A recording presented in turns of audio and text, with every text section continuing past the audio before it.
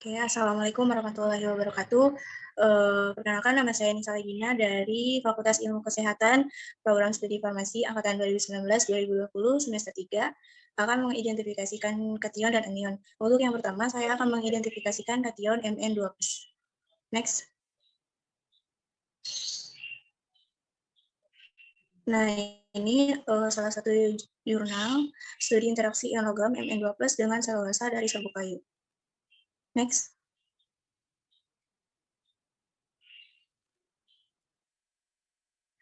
Nah, untuk yang pertama, apa itu Mn2+? Mangan adalah unsur kimia dalam tabel periodik yang memiliki lambang Mn dan nomor atom 25. Mangan merupakan logam transisi yang berwarna perak metalik. Bisa kita lihat di gambar. Next. Next. Nah, untuk karakteristik dari mangan adalah logam abu-abu putih keras rapuh yang bisa memenuhi cat tingkat tinggi. Logam ini tidak magnetis, logam merusak pada paparan udara dan bila dipanaskan dioksida menjadi mangan 2, 3 oksida atau MnO3 atau Mn3O4. Seperti logam transisi lainnya, mangan memiliki lebih dari satu keadaan oksidasi, yang paling stabil adalah +2. Nah, mangan sendiri ada juga yang paling penting yaitu +4, ada juga yang ditemukan pada andian permanganat yaitu +7 atau NO4-. Keadaan oksidasi mangan juga ada yang +6 yaitu berwarna hijau. Next. Next. Nah, untuk kegunaan mangan, yang pertama digunakan secara ekstensif untuk menghasilkan berbagai paduan penting. Sebagai contoh, aluminium yang digunakan untuk membuat kaleng minuman ringan mengandung sekitar seperti mangan untuk memperbaiki kekakuan kaleng dan ketahanan korosi. Yang kedua, dalam tubuh manusia, beberapa enzim yang mengandung mangan perlu metabolisme karbohidrat, kolesterol, dan asam amino. Biasanya tubuh kita memiliki sekitar 10-20 mg mangan. Next. Nah, untuk yang ketiga, senyawa organik mangan dapat ditambahkan ke bensin untuk meningkatkan nilai oktannya dan mengurangi ketukan mesin. Yang keempat, mangan adalah elemen yang paling ke-12 yang paling melimpah di permukaan bumi dan merupakan elemen penting untuk semua kehidupan di bumi. Next. Nah, sekarang bagian studi interaksi ion logam Mn2+ dengan selulosa dari serbuk kayu. Next. Nah, untuk pendahuluannya sendiri, selulosa merupakan polisakarida yang banyak dijumpai dalam dinding sel, pelindung seperti batang, dahan, daun dari tumbuh-tumbuhan. Rumus molekul selulosa adalah C6H12O6N. Next. Untuk lanjutan dari pendahuluan, serbuk kayu sebagai hasil samping dari industri kayu. Serbuk kayu mengandung komponen-komponen kimia seperti selulosa, hemiselulosa, lignin, dan zat ekstraktif. Terdapat selulosa dan hemiselulosa menjadikan serbuk gergaji kayu berpotensi untuk digunakan sebagai bahan penyerap logam karena adanya gugus fungsional OH yang dapat bertindak sebagai lingan dari Sukarta 2008. Next.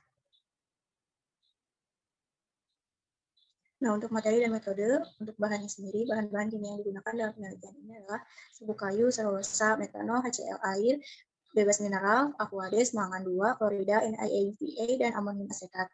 Nah, untuk alatnya, alat-alat yang digunakan dalam penelitian ini adalah centrifuge, spektrofotometer, serapan atom, spektrofotometer FTI Shimazu 8201 PC, difraktometer sinar X, Shimazu Lab Tip X 6000, botol maserasi, shaker, oven, dan peralatan gelas standar laboratorium. Next. Nah, untuk cara kerja yang pertama, pemisahan selulosa dari serbuk kayu dengan metode maserasi.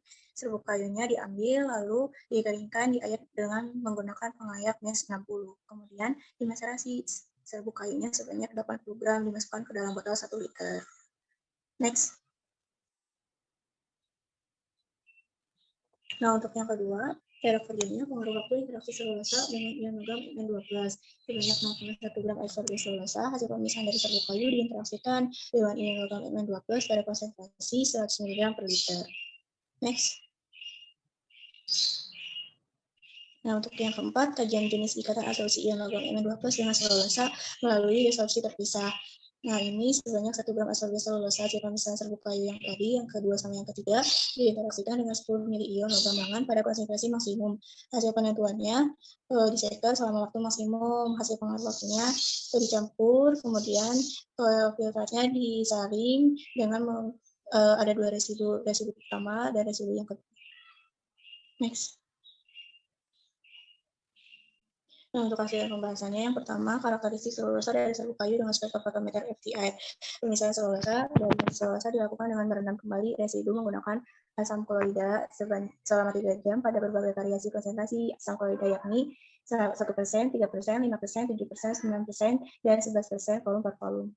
Next. Nah, ini untuk gambar yang kedua. Sertifikat FTL selulosa standar dari selulosa pemisahan 5%. Ini hasilnya. Next. Nah, untuk yang kedua, identifikasi selulosa hasil ekstraksi dari serbuk kayu dengan spektrofotometer di faktogram XRD. Yang untuk gambar yang ketiga, pola XRD selulosa hasil ekstraksi dari serbuk kayu semakin menurun. Untuk gambar yang keempat, pola XRD selulosa standar AMOL semakin menurun kembali. Nah, untuk yang kelima juga sama, pola XRD selulosa standar atau kristalin juga sama, semakin menurun. Next. Nah, untuk yang ketiga, hasil pembahasannya adalah pengaruh waktu interaksi yang logam Mn2+ dengan selulosa.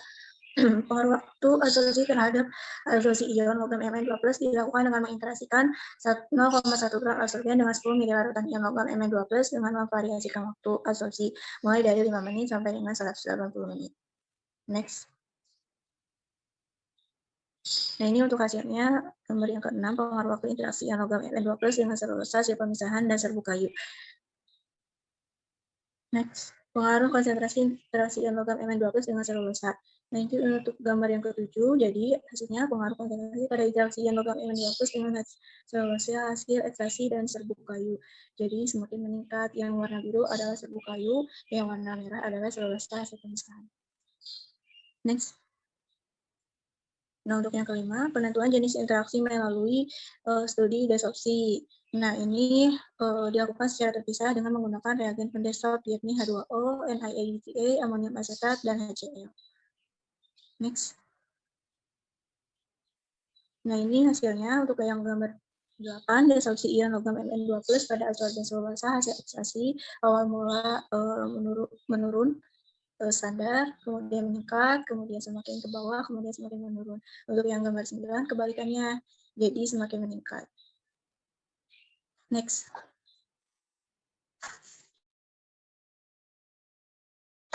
Nah, untuk kesimpulannya, dari hasil penelitian dan pembahasan yang telah dilakukan, dapat diperoleh kesimpulan bahwa pola XRD absorpsi selulosa hasil pemisahan menunjukkan selulosa yang berbentuk amorf, pemisahan selulosa dari serbuk kayu dan pengasaman menggunakan HCl pada konsentrasi optimum, yakni 5% volume per volume. Energi absorpsi ion logam Mn2+ pada selulosa hasil pemisahan dan serbuk kayu yakni sebesar 26,10 per mol. Interaksi absorpsi yang terjadi pada ion logam Mn2+ dengan absorpsi selulosa hasil pemisahan menunjukkan keterlibatan pembentukan kompleks pada proses absorpsi ion logam Mn2+.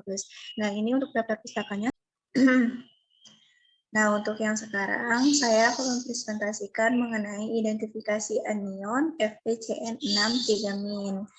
Nah, tugas ini untuk memenuhi ujian akhir semester UAS Praktikum Kimia Kualitatif Fakultas Ilmu Kesehatan Program Studi Farmasi Angkatan 2019-2020. Sama dengan yang tadi, kalau yang tadi kation, kalau yang sekarang anion.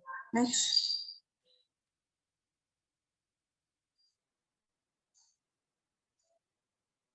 Nah, untuk permulaan, apa itu FeCN6-3-.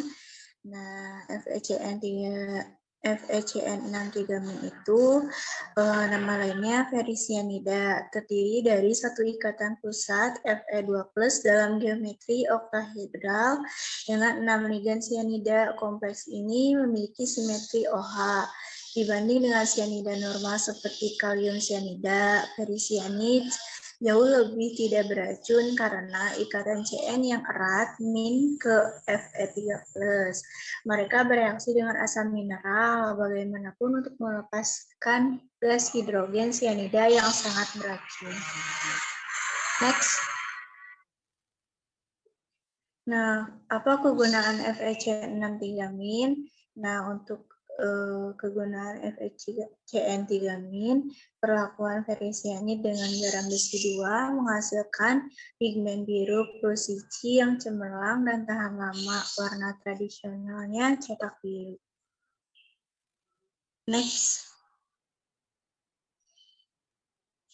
Nah, untuk dasar teorinya, dalam kimia analisis kualitatif dikenal suatu cara untuk menentukan ion, kation, atau anion. tertentu dengan menggunakan reaksi selektif dan spesifik. Reaksi selektif adalah reaksi yang memberikan reaksi tertentu untuk satu jenis kation atau anion tertentu. Dengan menggunakan reaksi-reaksi ini, maka akan terlihat adanya perubahan-perubahan kimia yang terjadi. Misalnya terbentuk endapan terjadinya perubahan warna, bau, dan timbulnya gas. Next. Nah, untuk metode dan hasil, untuk FeCN63-nya sendiri, ketika ditambahkan HCl encer, kemudian ditambah FeCl3, akan terjadi larutan berwarna coklat. Nah, untuk FeCN63- ditambahkan dengan H2SO4 encer, kemudian ditambah dengan CuSO4, akan terjadi larutan dengan pengendapan hijau tidak larut dalam HCl. Nah, untuk FeCN63- ditambah H2SO4 encer, ditambah FeSO4, terjadi pengendapan biru gelap dalam suasana netral atau asam. Nah, untuk FeCN63- ditambah HNO3 encer, ditambah AgNO3, terjadi pengendapan merah jingga. Kemudian yang terakhir, FeCN63- ditambah HNO3 encer ditambah CO nitrat akan terjadi endapan merah atau endapan larut dalam air. Next. Nah, untuk pembahasannya, analisis kualitatif menggunakan dua macam uji, reaksi kering dan reaksi basah. Reaksi kering dapat diterapkan untuk zat padat dan reaksi basah untuk zat dalam larutan. Nah, reaksi kering ialah sejumlah uji yang berguna dapat dilakukan dalam keadaan kering, yakni tanpa melarutkan contoh. Nah, untuk mayoritas reaksi analisis kualitatif dilakukan dengan cara basah. Next. Nah, pada umumnya, suatu proses analisis anion diawali dengan uji penelitian untuk memperoleh gambaran ada atau tidaknya anion tertentu atau kelompok anion yang memiliki sifat-sifat yang sama. Selanjutnya diikuti dengan proses analisis yang merupakan uji spesifik dari anion tertentu. Pemisahan secara spesifik dari anion umumnya tidak penting karena uji spesifik anion hanya peka terhadap anion yang tertentu dan tidak peka terhadap anion yang lainnya. Next. Nah, jika zat yang tidak diketahui tidak larut dalam air, perlakuan tertentu harus menggunakan reaksi kimia agar menjadi larut. Nah, bila terjadi keadaan tidak stabil dalam suasana asam, maka analisis anion harus dilakukan dalam suasana basah. Nah, ini untuk contohnya, FeCN63- dengan larutan AgNO3 membentuk endapan merah jingga. Jadi, hasil reaksinya Ag3 FeCN6 yang larut dalam amonia tetapi tidak larut dalam asam nitrat. Next. Nah, untuk kesimpulannya, kimia analisis dapat dibagi dalam dua bidang, yaitu analisis kualitatif dan analisis kuantitatif. Nah, untuk analisis kualitatif membahas tentang identifikasi zat-zat. Urusannya adalah unsur atau senyawa apa yang terdapat dalam suatu sampel. Sedangkan analisis kuantitatif berurusan dengan penetapan banyaknya suatu zat tertentu yang ada dalam sampel.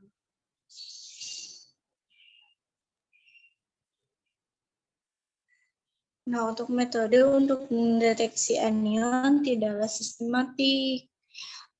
Sampai saat ini belum pernah ditemukan suatu skema yang benar-benar memuaskan yang memungkinkan pemisahan anion-anion yang umum ke dalam golongan utama dan dari masing-masing golongan di anggota golongan tersebut ke dalam golongan utama tergantung pada kelarutan garam pelarutnya. Garam kalsium, garam barium, dan garam zinc ini hanya boleh dianggap berguna untuk memberi indikasi dari keterbatasan metode ini. Skema identifikasi anion bukanlah skema yang kaku karena satu anion termasuk dalam lebih dari satu subgolongan.